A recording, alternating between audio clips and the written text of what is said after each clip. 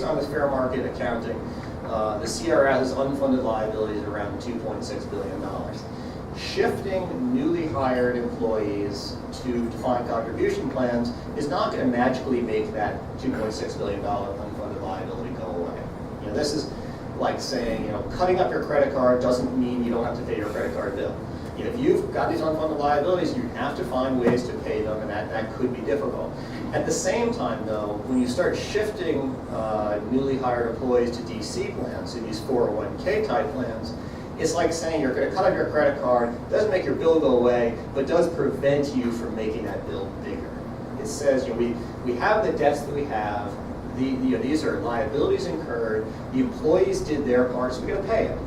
But on the other hand, though, going forward, we have to think about the terms here and get something that's more sustainable. So it's an unfamiliar argument to many people. It's something that's developed over the past several years, but it's something that's really, really important to think about, because you want people to know what you're getting yourself into. In the sense that, for instance, my first job when I went to Washington, D.C., I was working in the House Banking Committee, and this was the point when you were getting into the housing issues. And everybody knew at that point of Fannie Mae and Freddie Mac, they're playing a little bit fast and loose. But the counter argument you would get was, well, they do so many good things, getting people into homes and all that.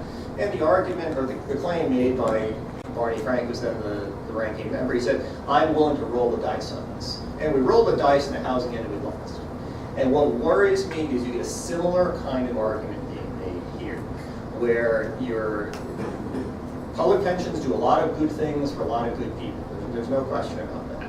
But you want to know what the risks you're taking are. You're already rolling the dice here. The problem is you don't know you're doing it, and you don't know what the stakes are. So this approach of what's called fair market valuation is designed to catch that. It catches the full economic cost of the plan, which encompasses not just the upfront contribution you make today, but the potential cost of this contingent liability of having to supplement the plan in the future that you don't get the returns you expect.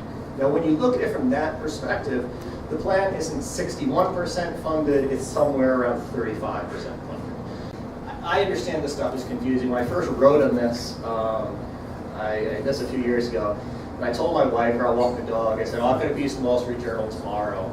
And she says, what's it about? And I said, well, it's how pensions use the wrong discount rate to value their liabilities. And she looks at me, she's like, good luck with that one.